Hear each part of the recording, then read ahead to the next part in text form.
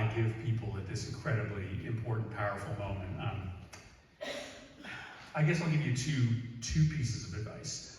The first is this. I understand how anxious and fraught this moment is as you're watching a president steal from us. You're watching him engage in a nonsensical war overseas that's killing Americans and driving a crisis for everybody. And I, like you, wake up every day feeling like angry, feeling anxious, feeling so frustrated that we're in this moment to begin with. But I guess my first piece of advice would be to try to also feel some joy. And that seems like a strange thing to feel in this moment, but I just do believe that this country is the most radical experiment in the history of the world, right? No other nation has done self-governance together with multiculturalism, right? A nation that blends together folks of different languages, races, religions, ethnicities, and chooses to self-govern. And I guess it, to me, is kind of a miracle that it hung together for 10 years, never mind 250 years. And so it's supposed to be hard.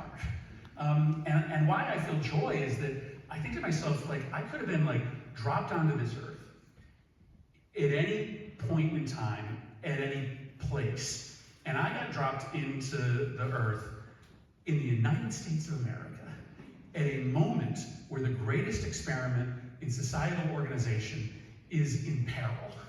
And I feel joy that I get to wake up every day and try to save it. And I think it does mandate that people be involved in politics. I think this is a moment where you can't sit on it.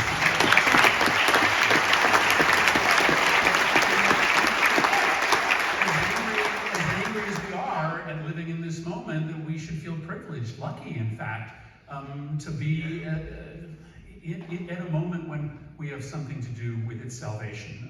The second piece of advice is more personal. Yes, the way that we build a culture and economy of the common good is to pass smart laws. But we all have individual decisions to make in our own lives, right? We can all choose to live lives that invest in the common good. You can do something, as radical as organizing a block party.